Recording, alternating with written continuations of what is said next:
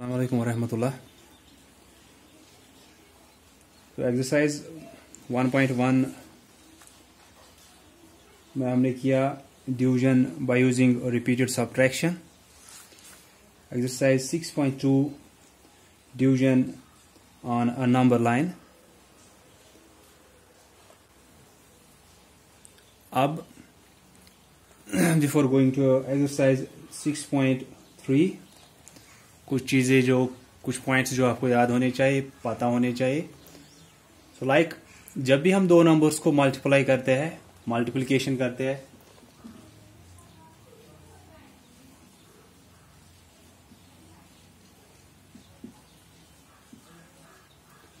हमने इन दो नंबर्स को मल्टीप्लिकेशन किया 3 और 6 को, हमारा आंसर जो है वो 18 आया। ये तो आपको पहले से ही बोला है कि इन दो नंबर्स को जिनको हम मल्टीपल कर रहे हैं कोई दूसरा आंसर हासिल करने के लिए, इसको हम बोलते हैं प्रोडक्ट या मल्टीपल, और इन दोनों को हम बोलते हैं फैक्टर्स। कि ये दोनों फैक्टर्स है इस 18 के, और ये 18 जो है ये इनका मल्टीपल या प्रोडक्ट है। जैसे कि आपको कहीं पे भी होता है फाइंड द प्रोडक्ट, तो आप क्या करते हो, जो वहां से नंबर्स दिए होते हैं उनको मल्टीप्लिकेशन करते हैं हम। तो ये दो नंबर जिनको मल्टीप्लिकेशन किया हमने, इनको फैक्टर्स ऑफ 18 बोलते हैं। जो ये 18 हमारा आंसर आया इन दोनों को मल्टीप्लिकेशन करने के बाद, इस 18 को हम प्रोडक्ट या मल्टीपल बोलते हैं। और जब हम दो नंबर्स को मल्टीपल करते हैं, इसे मल्टीप्लिकेशन करते हैं, इसको हम बोलते हैं मल्टीप्लिकेशन फैक्ट।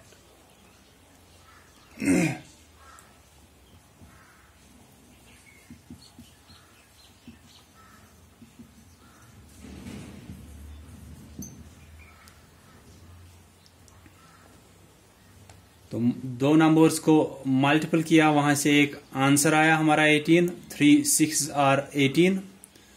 तो इस पूरे को हम क्या बोलते हैं, मल्टीप्लिकेशन फैक्ट। कि हमने दो नंबर्स को मल्टीप्लिकेशन किया, वहां से हमारा एक प्रोडक्ट आया, आंसर आया, या मल्टीपल जिसको बोलते हैं, या प्रोडक्ट जिसको बोलोगे आप, 18 आया। तो इस पूरे को हम क्या बोलते हैं कि मल्टीप्लिकेशन फैक्ट। ये एक मल्टीप्लिकेशन फैक्ट है जिसमें दो नंबर्स को हमने मल्टीपल किया कोई आंसर हासिल करने के लिए। इस पूरे को हम मल्टीप्लिकेशन फैक्ट बोलते हैं। तो ज्यादातर जो मल्टीप्लिकेशन फैक्ट्स होते हैं, दैट मीन्स 3 6 को हमने मल्टीप्लिकेशन किया, 18 हमारा आंसर आया। तो तीन नंबर्स यहां पे आए, 3, 6 और 18।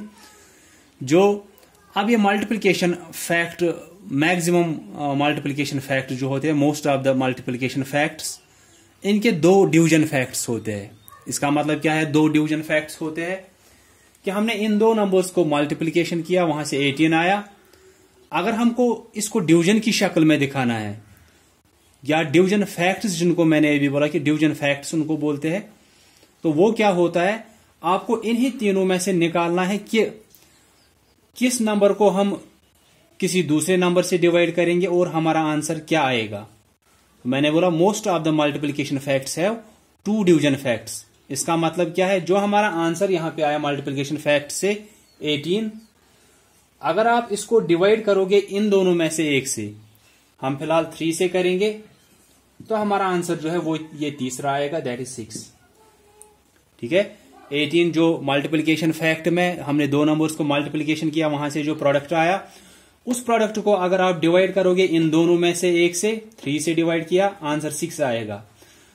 या अगर आप इसी 18 को, जो प्रोडक्ट आपका आया है, डिवाइड करोगे, 3 को छोड़ो, हम 6 से करेंगे अब, तो हमारा आंसर जो है वो ये 3 आएगा।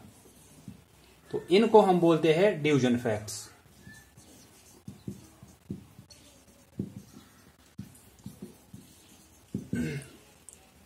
अब आप बोलोगे कि ये तो फिर हर जगह पे होगा, आपने क्यों बोला कि most of the multiplication facts? आप बोलो कि all of the multiplication facts will be having 2 division facts, कि कोई भी दो नंबर्स को मल्टीपल करेंगे उनके 2 डिवीजन फैक्ट्स होंगे। तो मैं ये क्यों बोल रहा हूं कि मोस्ट मीन्स ज्यादातर जो होते हैं। मोस्ट इसलिए बोलता हूं क्योंकि अगर वहां पे 0 रहा, कि मल्टीपल कर रहे हो किसी नंबर को आप 0 के साथ, for example 5 multiplied by 0, answer तो 0 आएगा। 5 0 इज 0। किसी भी नंबर को मल्टीपल करो आप 0 के साथ, आंसर 0 ही आएगा। जब इसका डिवीजन फैक्ट आप लिखोगे, तो इसका डिवीजन फैक्ट अगर आप लिखोगे कि ये आपका प्रोडक्ट था इसको हम डिवाइड करेंगे 5 से, ये प्रोडक्ट है, इसको डिवाइड करेंगे 5 से, इस 5 से, तो हमारा आंसर 0 आएगा। तो दूसरा क्या होना चाहिए था फिर कि इस 0 को अब डिवाइड करेंगे 0 से, आंसर होना चाहिए था 5, जैसा कि है नहीं। पहले ही बोला है कि 0 कभी डिवाइजर नहीं हो सकता है, आप किसी भी नंबर को 0 से डिवाइड नहीं कर सकते हो। तो ये जो है इसको मैंने आपको पहले ही बोला है कि ये मीनिंगलेस होता है, कि आप किसी भी नंबर को 0 से डिवाइड नहीं कर सकते हो। आप ऐसा नहीं बोल सकते हो कि 5 डिवाइडेड बाई 0, इसका मतलब क्या है कि 0 पार्ट्स है, उसमें से हमको पिक करने हैं 5। 0 पार्ट्स है कि टोटल पार्ट्स किसी भी चीज के 5 0 किए हमने, और उसमें से हमको पिक करने हैं 5, किसी को 5 देने हैं। 0 में से 5 हम दे ही नहीं सकते। या अगर आप ऐसे करोगे, अगर आप इसको ऐसे अगर हम बोलेंगे कि 0 से आप डिवाइड करोगे किसी भी नंबर को, तो इसका मतलब है आपको 0 का टेबल पढ़ना है। ऐसे अगर आप करने लगे, या मैं एक एग्जाम्पल आपको फिर से बोलूंगा, उससे आपको समझ में आ सकता है कि ये हम क्यों नहीं कर पाते हैं 5 या किसी भी नंबर को 0 से डिवाइड।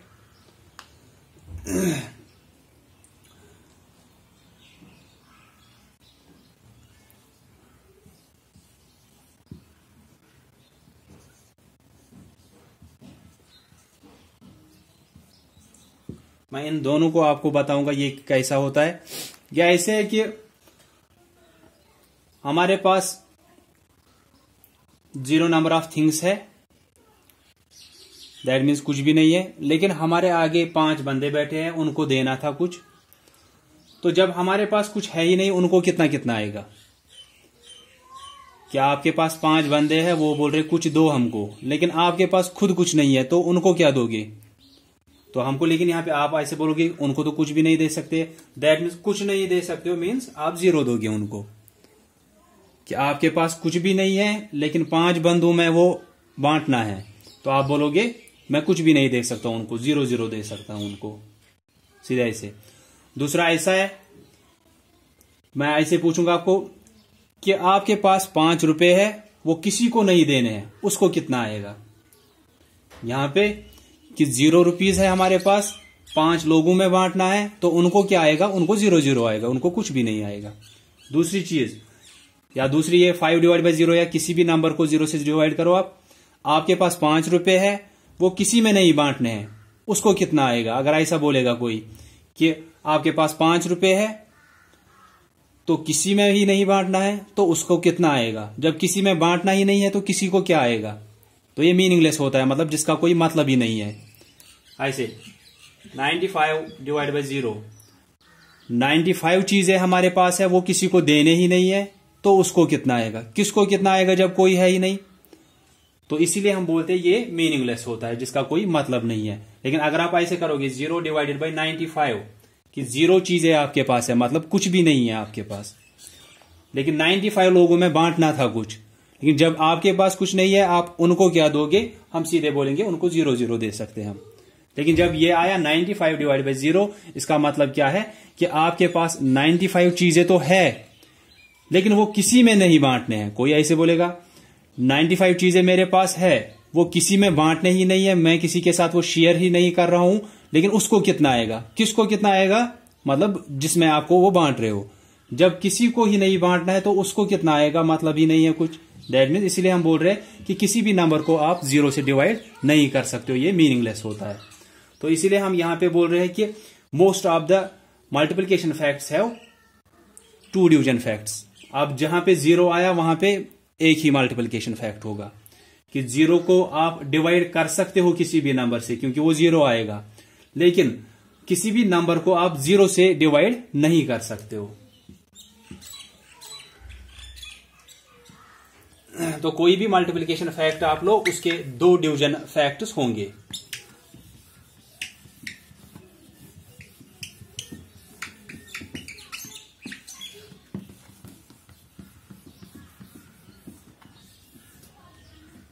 तो मैं एक और मल्टीप्लिकेशन फैक्ट यहां पे लूंगा।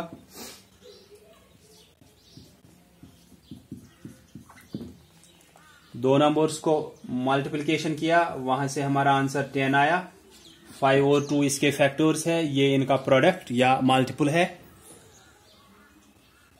तो 5 2s आर 10 या 2 5s आर 10 बोलो आप। तो अब ये मल्टीप्लिकेशन फैक्ट हुआ, दो नंबर्स को मल्टीप्लिकेशन किया, वहां से कुछ आंसर आया, प्रोडक्ट आया, इसको मल्टीप्लिकेशन फैक्ट बोलते हैं। अब इसी से आपको दो दो डिवीजन फैक्ट्स निकलते हैं, क्योंकि जीरो यहां पे है नहीं इस साइड में मल्टीप्लिकेशन में, तो हम बोलेंगे इसके दो डिवीजन फैक्ट्स होंगे। वो कैसे निकलेंगे? जो हमारा प्रोडक्ट आया उसको डिवाइड करेंगे इनमें से एक से, 5 से डिवाइड करेंगे तो 2 आएगा। उसी 10 को अगर आप 5 के बदले में आप 2 से डिवाइड करोगे तो आंसर 5 आएगा। कि जो प्रोडक्ट होता है उसको आप डिवाइड करो उसके एक फैक्टर से, कि इससे डिवाइड करोगे तो ये आंसर आएगा। जैसे यहां पे देखा 10 को डिवाइड किया 5 से तो 2 आंसर आया। अब इस 10 को अगर 2 से डिवाइड करेंगे तो उस टाइम 5 आएगा। जो आंसर आया है मल्टीप्लिकेशन फैक्ट में उसको आप डिवाइड करोगे इन दोनों में से एक से, तीसरा वाला आंसर आएगा। अब उसी प्रोडक्ट को इन दोनों में से दूसरे नंबर से करो तो जो तीसरा रह गया वो आपका आंसर होगा। इनको हम बोलते हैं डिवीजन फैक्ट्स। आपको लिखा है वहां पे एक्सरसाइज 6.3 में a part, write the division facts of the following multiplication facts. वहां पे आपको मल्टीप्लिकेशन फैक्ट दिया है, लाइक 12 मल्टीप्लाइड बाय 7 दिया है 84। एक डिवीजन फैक्ट उसका वहीं से दिखाया गया है। तो सिंपली आपको क्या है, ये मल्टीप्लिकेशन फैक्ट है, दो नंबर्स को मल्टीप्लिकेशन किया है, वहां से प्रोडक्ट आया है 84। 12 और 7 को मल्टीप्लिकेशन किया, आंसर आया 84। तो इसके डिवीजन फैक्ट्स अगर लिखने हैं, दैट मीन्स 84 जो प्रोडक्ट आया उसको डिवाइड करेंगे इन दोनों में से एक से, 12 से करेंगे तो 7 आएगा। अब उसी 84 को अगर 7 से डिवाइड करेंगे तो 12 आंसर आएगा। ये डिवीजन फैक्ट्स है। दो नंबर्स को मल्टीप्लिकेशन किया, वहां से प्रोडक्ट आया।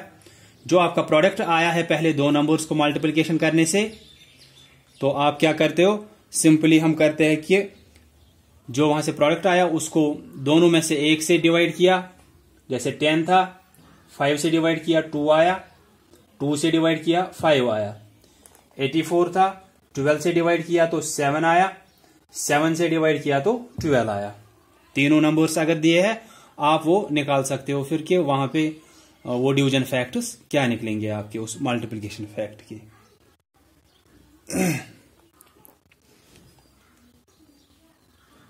तो इसके बाद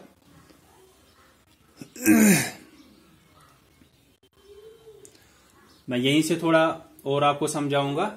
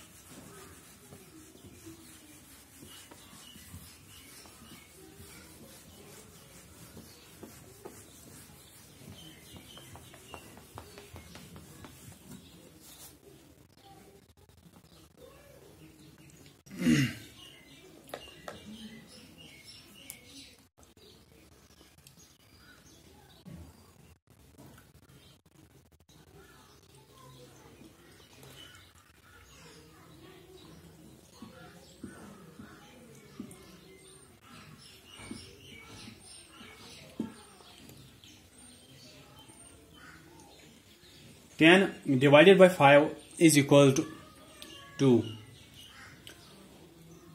10 को आप डिवाइड कर रहे हो 5 से तो आपका आंसर 2 आ रहा है। ये आपको कहां से पता चल सकता है? जो आपने दो तरीके किए थे। अगर रिपीटेड सब्ट्रैक्शन आप करोगे, 10 आपका डिविडेंड है, हम डिवाइजर माइनस करते हैं जब तक हमारा आंसर 0 आएगा।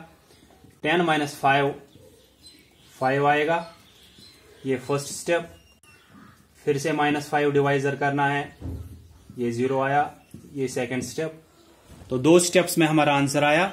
इसलिए हमारा जो कोशेंट है वो 2 है। दिस इज डिविडेंड जिसको आप डिवाइड कर रहे हो, डिवाइजर जिस नंबर से आप डिवाइड कर रहे हो, और जो हमारा आंसर आता है वो कोशेंट होता है। तो अब यहां से आपको कुछ पता चल सकता है कि जो डिविडेंड यहां पे है, फिलहाल आपको ऐसी एक्सरसाइज है फ्यू एक्सरसाइजेज जिनमें आपको रिमाइंडर नहीं है। दैट मीन्स कुछ बाकी नहीं रह रहा है डिवाइड करने के बाद, कि 10 को डिवाइड किया 5 लोगों में तो उनको 2-2 आए। ठीक है, 10 को डिवाइड किया, 10 चीजें आपके पास थी, उसको डिवाइड किया 5 लोगों में, उनको 2-2 चीजें आई। तो यहां पे कुछ वहां पे बाकी नहीं रहा कि ऐसा कोई चीज जिसको आप बांट नहीं सकते हो। जैसे अगर 11 चीजें होती, ये 5 लोगों में बांटनी थी, हम बोलते उनको 2-2 आएंगे, लेकिन वहां पे एक बाकी रहेगा लास्ट में, कि 11 चीजें हैं, हर किसी को 2-2 मिली, 5 लोग थे, हर किसी को 2-2 मिली, हो गए 10। उसके बाद एक रह गया था, उसको हम बोलते हैं रिमाइंडर। तो वो हम करेंगे जब उस टाइप की एक्सरसाइज आएंगी। फिलहाल जो आपको एक्सरसाइज है उनमें क्या है, आपको इसी टाइप का है। तो ये डिविडेंड अगर है, आप यहां पे ठीक से देखोगे कि डिविडेंड किसके बराबर यहां पे आपको निकल सकता है, इज इक्वल, कि आप याद रखोगे डिवाइजर मल्टीप्लाइड बाय कोशेंट। फिर आगे जाके आपको प्लस रिमाइंडर भी करना है, कि इन दोनों को मल्टीपल करेंगे, लास्ट में रिमाइंडर ऐड करना होता है। लेकिन फिलहाल आपको रिमाइंडर का होगा नहीं, तो फिलहाल के लिए आप ये याद रखोगे, क्योंकि वहां पे रिमाइंडर दिया नहीं होगा, आप कंफ्यूज हो जाओगे फिर कि इसमें तो रिमाइंडर नहीं दिया है, आप ऐड क्या करें। तो फार्मूला है dividend is equal to divisor multiplied by quotient. इन दोनों को पहले लेकिन मल्टीपल करना है, फिर जब इन दोनों को मल्टीपल किया, जो वहां से आंसर आया उसमें रिमाइंडर ऐड करना होता है। अगर रिमाइंडर नहीं दिया है, आप ऐसे भी कर सकते हो कि रिमाइंडर की जगह पे 0 लिख सकते हो सीधे। जैसे ये पार्ट है, यहां पे आपको डिविडेंड दिया है, डिवाइजर दिया है, कोशेंट भी दिया है, लेकिन आपको रिमाइंडर नहीं दिया है, दैट मीन्स रिमाइंडर 0 होगा। तो अब ये कहां से निकलती है, ये dividend equal divisor into quotient, वो आपको यहीं से पता चल सकता है कि डिविडेंड कितना था 10, डिवाइजर कितना था 5। आप ऐसे करते हो, असल में 10 divided by 5 is equal to 2 है। तो आपने अभी तक अगर कभी किया होगा कि ट्रांसफर, ऐसा तो आपने नहीं किया होगा कि इस साइड से 2 नंबर्स थे, उनमें से एक को आपने दूसरे साइड से लिया। अगर ऐसे कर दिया ना कि यहां से ऐसे होता 10 प्लस 5 इज इक्वल टू 2। अगर हम बोलते हैं ये नंबर है, इसको हम यहां ट्रांसफर करेंगे, इसको हम यहां नहीं रखेंगे। इसकी साइन क्या थी, वो मैंने आपको बोला है कि इसकी साइन हर किसी की लेफ्ट साइड से होती है। तो इसकी साइन ये थी, दैट मीन्स प्लस। जब हम इस 5 को यहां ट्रांसफर करते, ये -5 वहां जाता। जब आप ट्रांसफर करते हो एक नंबर को एक साइड से दूसरे साइड में, इसकी साइन चेंज हो जाती है।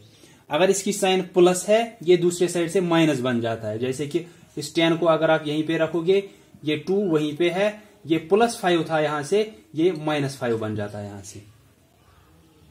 ठीक है, इसी में से आपको यहीं पे बोलूंगा कि 2 - 5, अगर यहां पे ऐसे 10 आया है वहां पे, जैसे यहां पे 2 - 5 इज इक्वल टू 10। तो इसके बाद आप ऐसे कर सकते हो कि इस -5 को हम उस साइड लेके जाएंगे। ठीक है, इस 2 को यहीं पे रखेंगे, इज इक्वल टू 10 वहीं पे है, ये -5 इस साइड में +5 जाता है। इनकी साइन चेंज हो जाती है। अगर प्लस वाला है वो माइनस बन जाता है, अगर माइनस वाला है वो प्लस बन जाता है। अगर मल्टीप्लिकेशन की शक्ल में है तो वो डिवीजन की शक्ल में जाता है दूसरे साइड से। अगर डिवीजन की शक्ल में जैसे यहां पे है, वो यहां मल्टीप्लिकेशन की शक्ल में जाता है। जैसे कि ये डिवाइडेड बाय 5 है यहां पे, ये 10 अगर आप यहीं पे रखोगे, ये बराबर होगा, ये 2 वहीं से है, ये यहां से डिवाइडेड बाय 5, ये मल्टीप्लाइड बाय 5 की शक्ल में यहां पे जाता है। तो ये क्या था डिविडेंड, ये क्या है कोशेंट, ये क्या है डिवाइजर। तो डिविडेंड निकला बराबर डिवाइजर इंटू कोशेंट या कोशेंट इंटू डिवाइजर, वो सेम होता है कि आप 2 5s are 10 लिखो या 5 2s are 10 लिखो, वो तो सेम है। तो dividend is equal to divisor multiplied by quotient plus remainder. अगर रिमाइंडर नहीं दिया है, दैट मीन्स वो 0 आपको लेना है फिलहाल की एक्सरसाइज में, 1-2 एक्सरसाइज में। उसके बाद आपको कोशेंट भी दिया होगा, रिमाइंडर भी दिया होगा। तो मैं आपको यहाँ पे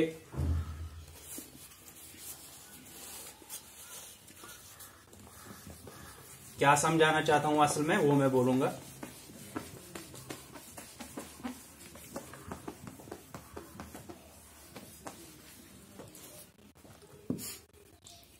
तो आपने भी याद रखा डिविडेंड बराबर होता है डिवाइजर मल्टीप्लाइड बाय कोशेंट।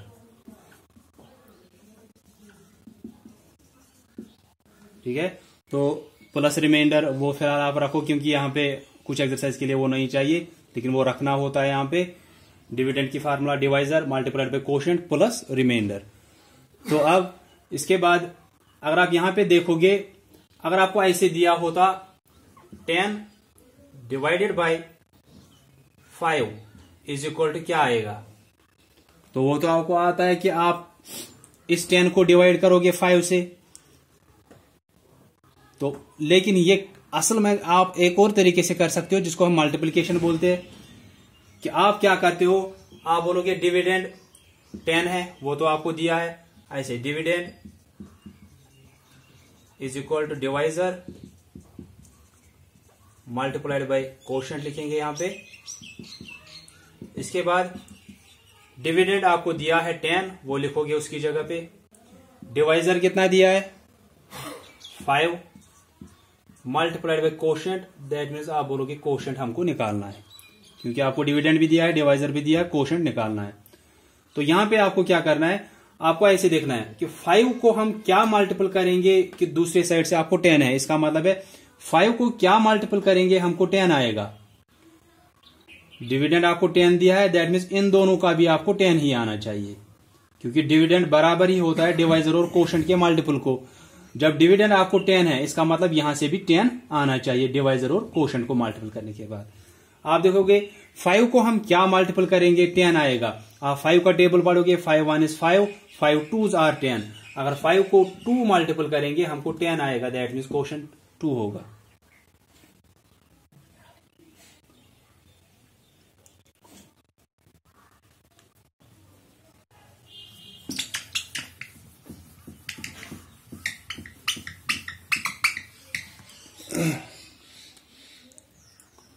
ऐसे अगर है 42 divide by 7 is equal to dash, तो डिविडेंड दिया है वो बराबर होता है divisor multiplied by quotient. Dividend बराबर होता है divisor multiplied by quotient. Quotient निकालना है हमको यहां पे। तो डिविडेंड आपको कितना दिया है 42, तो डिवाइजर 7 है जिससे आप डिवाइड कर रहे हो, मल्टीप्लाइड बाय कोशेंट। अब सिंपली हमको सोचना है कि हम